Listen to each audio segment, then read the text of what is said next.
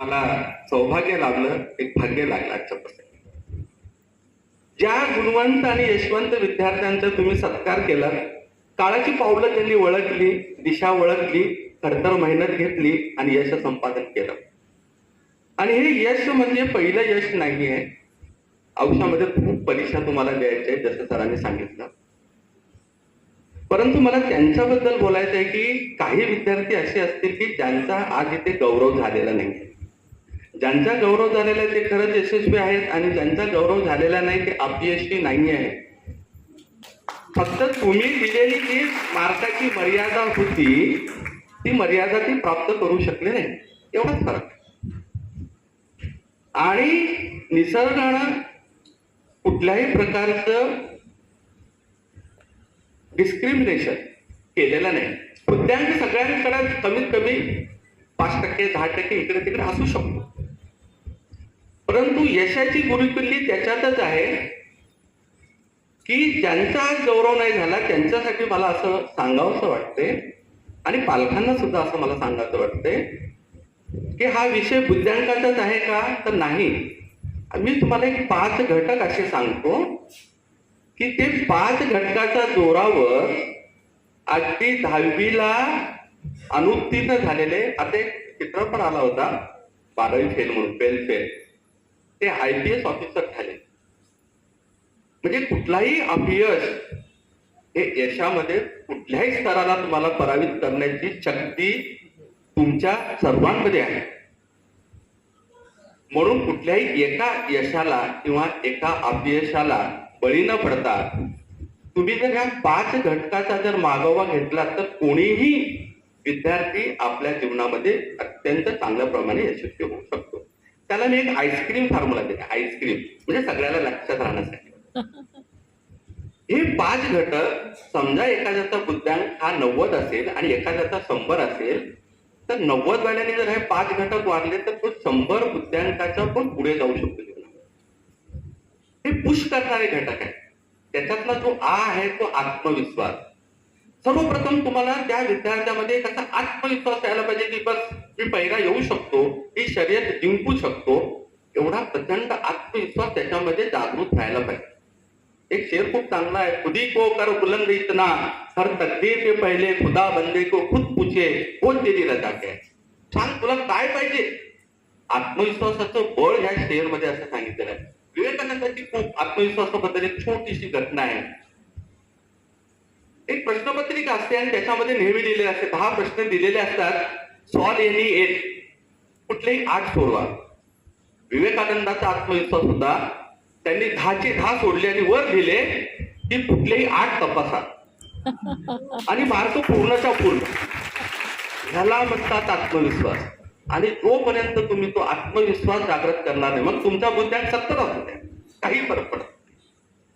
पण आत्मविश्वास तुमच्या मुलामध्ये तुम्ही जागरा. आणि जे विद्यार्थी आज इथे गौरव झालेले आहेत, ज्यांचा गौरव झालेला नाही, सगळ्यांनी पहिला एक आईस्क्रीमचा आ लक्षात ठेवा, आत्मविश्वास. दुसरी ई आहे ती इच्छाशक्ती, प्रचंड इच्छाशक्ती. बस मला पाहिजे, मला ते करायचं आहे. जोपर्यंत तुमच्या मनातच नाही येणार एखादी गोष्ट, ती मिळेल कशी हो. असं सांगितलं जातंय की पराभव अगोदर मनात होतो मग रणांगणात होतो. ती आविष्कार आहे नंतर. पण तुमच्या मनामध्ये एक चित्रपट तयार होतो किंवा एक कथा तयार होते, ती मनामध्ये अगोदर तयार होते. कुठलीही कृती जी असते ती मनामध्ये अगोदर तयार होते, मग ती आविष्कार होतो.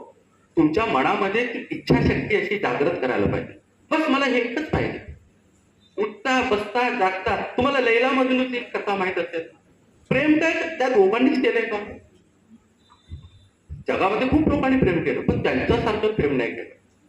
त्या मजनूला फक्त एकच आठवायचं, त्याच्यासोबत ते त्यांचे फरिश्ते आले होते, म्हणे बोल तुझे क्या चाहिए, तू लैला देगा क्या.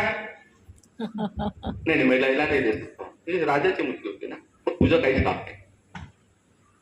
म्हणजे साक्षात देवाला सुद्धा त्याने सांगायचं तात्पर्य, इच्छाशक्ती, प्रचंड इच्छाशक्तीच्या जोरावर तुमचा बुद्ध्यांक काय काही देणं देणं नाहीये.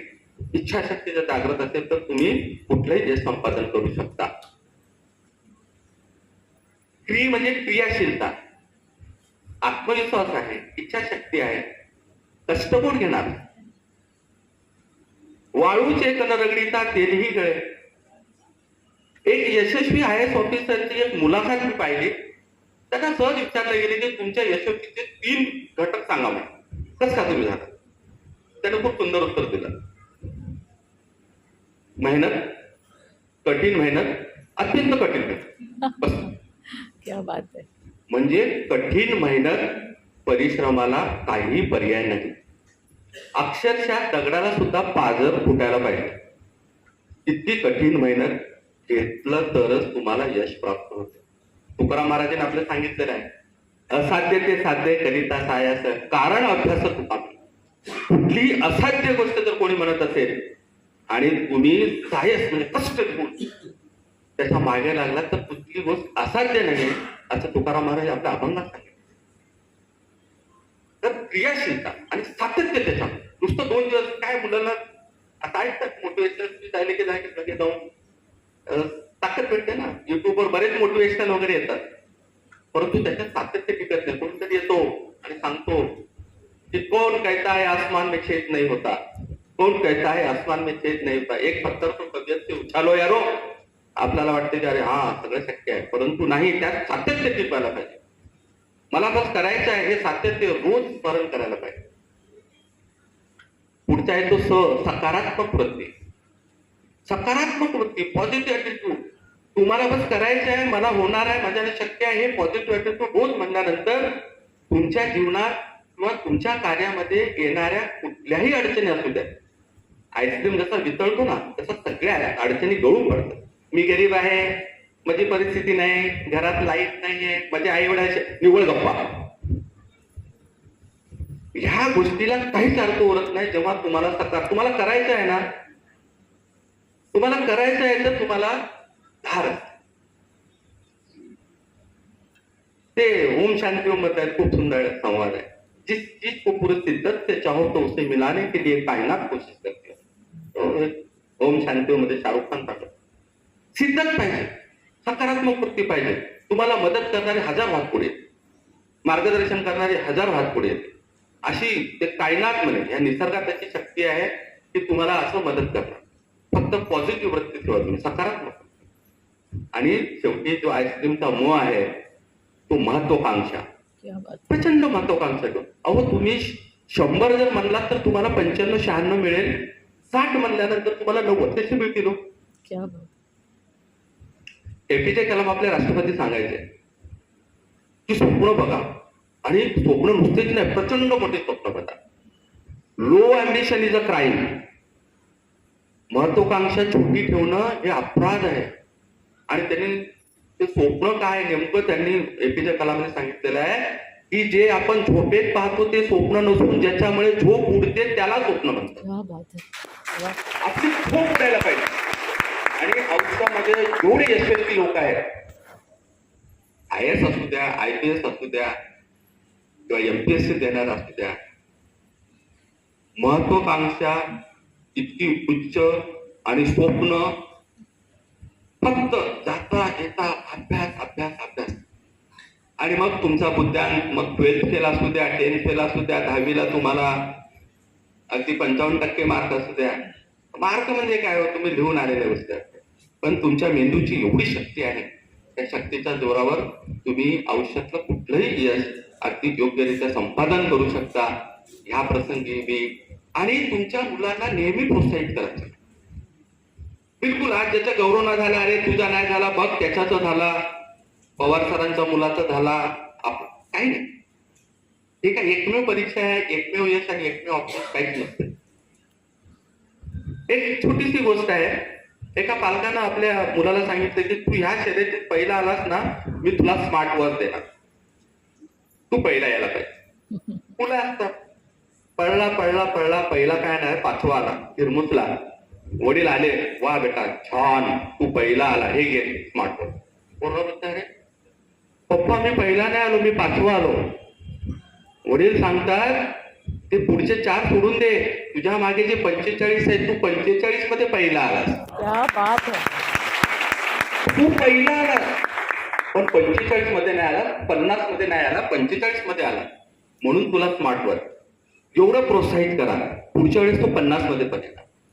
तर पालकांना मला विनंती आहे की एक विविधता असते, बुद्धीची एक वेगळी क्षमता असते. एकाच मोजपट्टीमध्ये तुम्ही तुमच्या पाल्यांना मोजू नका. पातळ पदार्थ मोजण्यासाठी मीटर आहे, कापड मोजण्यासाठी मीटर आहे, क्या बात है, क्या बात. वेगवेगळे माप आहे. तसं बुद्धीच्या ह्या 6 विषयाचे जे 7-8 विषयाच्या घटकामध्ये तुम्ही जर बुद्धिमत्ता जर त्याची मोजत असाल तर मग त्याच्यावर अन्याय होईल. तर आपल्या पाल्यांना तुम्ही प्रोत्साहित करत चला. मी सांगितलेला आईस्क्रीम फॉर्म्युला त्यांना सांगा की ह्या गोष्टी असेल तर बेटा तुझ्याकडे कमी मार्क्स असतील तरी तू आयुष्यामध्ये यशस्वी होऊ शकतो. आज या स्वातंत्र्य दिनाच्या संध्याला तुम्ही मला इथे बोलवलात. स्वातंत्र्यावर बोलू काहीतरी थोडं बहुत. पुढचे 5 मिनिटं बोलतो मी. 170 वर्षाचा आपला संघर्षमय स्वातंत्र्यासाठी आणि त्याच्यासाठी दिलेले लाखो लोकांची आहुती, अगदी रानडे, भोपळे, टिळक, गांधी, नेताजी, भगतसिंगापासून सावरकरांपर्यंत सगळ्यांनी आपलं बलिदान दिलं आणि आज आपण स्वातंत्र्याची फळं जपत आहोत. आता भविष्यात कोणी परकीय आक्रमण आपल्यावर होईल असं काहीच नाही, शक्य नाही. आपल्या सीमा सुद्धा खूप सुरक्षित आहेत. 76-77 वर्षामध्ये 3.5 युद्ध झाले, 62, 65, 71 आणि कारगिलचा अर्ध, म्हणजे मागे 24 वर्षापासून युद्ध पण नाहीये. मग आता आपली काय जबाबदारी आहे? क्या बात है. आपली जबाबदारी खूप मोठी आहे. अंतर्गत सुरक्षा आणि ह्या देशाची एकात्मता आणि अखंडता कशी अबाधित राहील ह्याच्यासाठी आपल्याला काय करता येईल. 4-5 वर्षापूर्वी मी एकदा मुंबईवरून येत होतो फ्लाईंग मध्ये प्रवास. शनिवारचा दिवस होता. काही कर्मचाऱ्याच्या समोर बसले होते अपडाऊन करणारे. त्यांच्यामधला संवाद मी ऐकला. तो संवाद असा होता की अरे ह्या 15 ऑगस्टला रविवारीच यायचं होतं का, एक सुट्टी खाल्ली. ते संवाद ऐकल्यानंतर माझे विचाराचे तार चालायला लागले की आपण ह्या स्वातंत्र्याकडे कुठल्या दृष्टीनं बघतोय. साला 15 ऑगस्टने संडे खाली एक सुट्टी मिळायची, ती पण गेली. 2 वर्षानंतर सुट्टी जेव्हा जोडून येते तेव्हा 3 दिवसाची पिकनिक प्लॅन केली जाते. काही शाळेमधले विद्यार्थी असू द्या, आम्ही शासकीय कर्मचारी आहोत, आम्हाला बंधन आहे म्हणून त्या ध्वजारोहणाला आम्ही उपस्थित असतो. हे बंधन नसतं. तुम्हाला जपानचं उदाहरण सांगतो. हिरोशिमा नागासाकीवर आपल्या स्वातंत्र्याच्या 2 वर्ष अगोदर बॉम्ब हल्ले झाले. बेचिराग करून दुसरं महायुद्ध संपलं. परंतु आजही 6 ऑगस्ट आणि 9 ऑगस्टला पूर्ण जपान ह्या 2 शहराकडे जमतो. त्यांची धून वाजवली जाते. अगदी लहान मुलांपासून ते मोठ्यापर्यंत त्यांच्या डोळ्यामध्ये अश्रू वाहतात. हा राष्ट्रवाद. आणि आपल्याला 76-77 वर्ष झाले आणि आपल्याला जो भारत भेटला तो अगदी सुस्थितीत भेटला. फक्त इंग्रज गेले, सर्व ठेवून गेले. परंतु बेचिराग जपान जो होता तो पुढच्या 10 वर्षामध्ये असा काही उत्थान आला आणि पुढच्या 20 वर्षामध्ये ज्याने अनुभव टाकले होते त्या अमेरिकेचं अवलंबित्व जपानवर आजी आहे. क्या बात है. हा राष्ट्रवाद आपल्यामध्ये का तयार होत नाही? आपल्याकडे खूप एक म्हण आहे. आता आम्ही पण शासकीय कर्मचारी आहोत. लोक फार मस्त म्हणतात सरकारी काम 6 महिने थांब. आम्हाला शासकीय कार्यालयामध्ये अटेंडन्स बायोमेट्रिक बसवायची वेळ आली. लांछन आहे आमच्या भारतावर किंवा आपल्या देशावर की हे सिद्ध करते की आम्ही किती काम चुकार आहोत. आमच्याकडे वर्क कल्चरच नाही आणि जे बायोमेट्रिक जपान बनवतो. आम्ही ह्या देशासाठी काम करतोय, ह्या कार्यालयासाठी काम करत नाही. प्रत्येक गोष्टी आम्ही या देशासाठी करतोय असा राष्ट्रवाद आमच्यामध्ये का जागृत होतो. आणि आज कितीतरी पटीने जपान आपल्या पुढे आहे. असा राष्ट्रवाद आपल्यामध्ये तयार झाला पाहिजे. नॅशनल इंटरेस्ट, राष्ट्रहित जोपर्यंत आपल्यामध्ये होणार नाही तोपर्यंत आपण म्हणतो ना महासत्ता वगैरे वगैरे. आपण का हो इंग्लंडच्या पुढे का त्यांचा पौंड आपल्या रुपयाच्या किती बरोबर आहे? एन हा डॉलरच्या अगदी जवळपास गेलेला आहे. तर आपली ही जी प्रगती आहे त्याच्यामध्ये आपल्याला राष्ट्रवाद भरायचा आहे. 60च्या दशकामध्ये आपल्याकडे अन्नधान्याचा पुरवठा नाच्या बरोबर होता. आपलं परावलंबित्व होतं. आपण अमेरिकेकडून PL 480 अंतर्गत धान्य मागवायचो. एक व्यक्ती आली, एक व्यक्ती मागच्या वर्षी सप्टेंबरमध्ये त्यांचा मृत्यू झाला. MS स्वामीनाथन. त्याला भारताचा पोशिंदा म्हणावं लागेल. मला पोशिंदा म्हणतो. कुणाला त्याच्या चिंतित पण नाही की ते मागच्या सप्टेंबरमध्ये गेले. 150 करोडचा देश असेल तरी एकही व्यक्ती उपाशी नाही राहायला पाहिजे असं त्या माणसानं पण बनवलं. आणि आपला देश आज अन्नधान्य निर्यात करतो. 150 कोटीचा देश आपण खाऊन पण सुखरूप आहोत एका व्यक्तीसाठी. मग आपण तसं काही करायचं नाही, पण कमीत कमी आपण अन्नाची नासाडी करणार नाही. आपण अन्न तर बनवू शकत नाही, पण अन्नाची नासाडी कुठल्या लग्नात वगैरे गेलं तर 50% अन्न वेस्ट जात आहे. ह्याच्याकडे कुठेतरी आपण ध्यान द्यायला पाहिजे.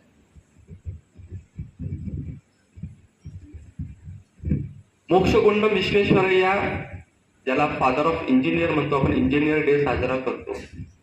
50-60च्या दशकामध्ये नेहरूंच्या सोबत राहून त्यांनी मोठमोठे प्रकल्प धरणं बांधले. बाकरा नागला असू द्या, हिराकुंड असू द्या, म्हैसूरच्या वृंदावन असू द्या, धरणं कशी बांधावी त्या व्यक्तीनं शिकवलं. आणि जलसंधारणाचं रोपटं. आता हे मुंबई जे आहे 50-60च्या दशकामध्ये एक नानासाहेब मोडक नावाचे इंजिनियर, त्यांची दूरदृष्टी 3.5-4 करोडचा मुंबई होणार म्हणे तेव्हा तुम्हाला पाण्याची कमी होईल. 7-8 तलाव त्याने पालघर, आता पालघर आहे तेव्हा त्या ठाणे जिल्ह्यामध्ये बांधले. त्यांच्या नावावर मोडक सागर नावाचं जे वैतरणालय आहे त्यांच्या नावावर आहे. जलसंधारणाची किती मोठी दूरदृष्टी होती. पण आपण कमीत कमी जलसंधारणासाठी काय करू शकतो आजच्या घडीला? किती पाणी वाया घालतो.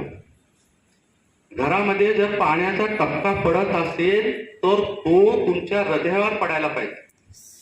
इतकी जागरूकता जर तुम्ही आणली, आपल्याला धरणं नाही बांधायचं.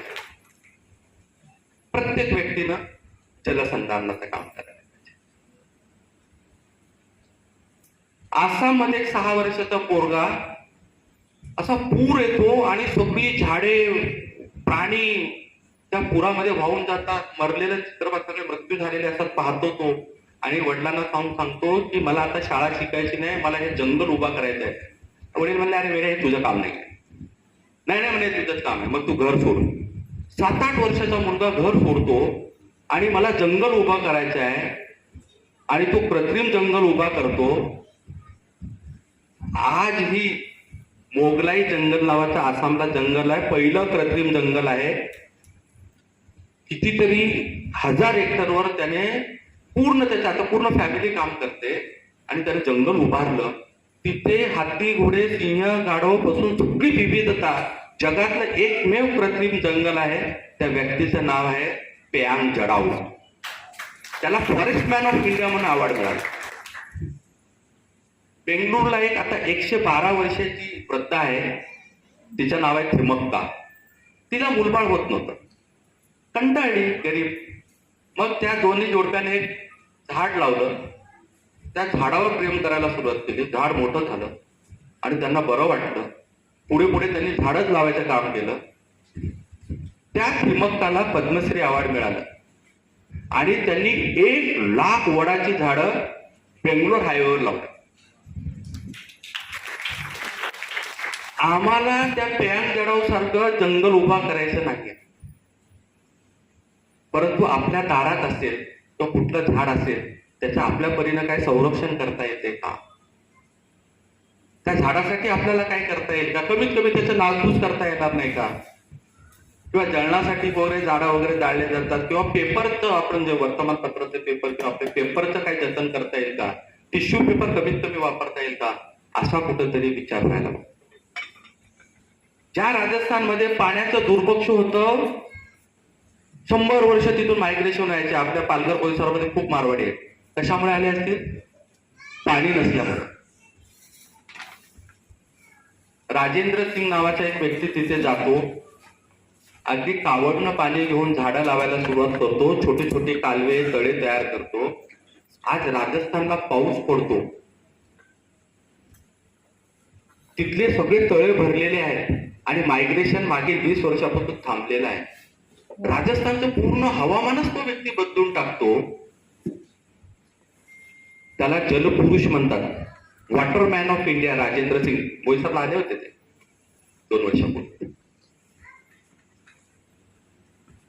असं स्वातंत्र्योत्तर भारतामध्ये कितीतरी लोक होऊन गेले.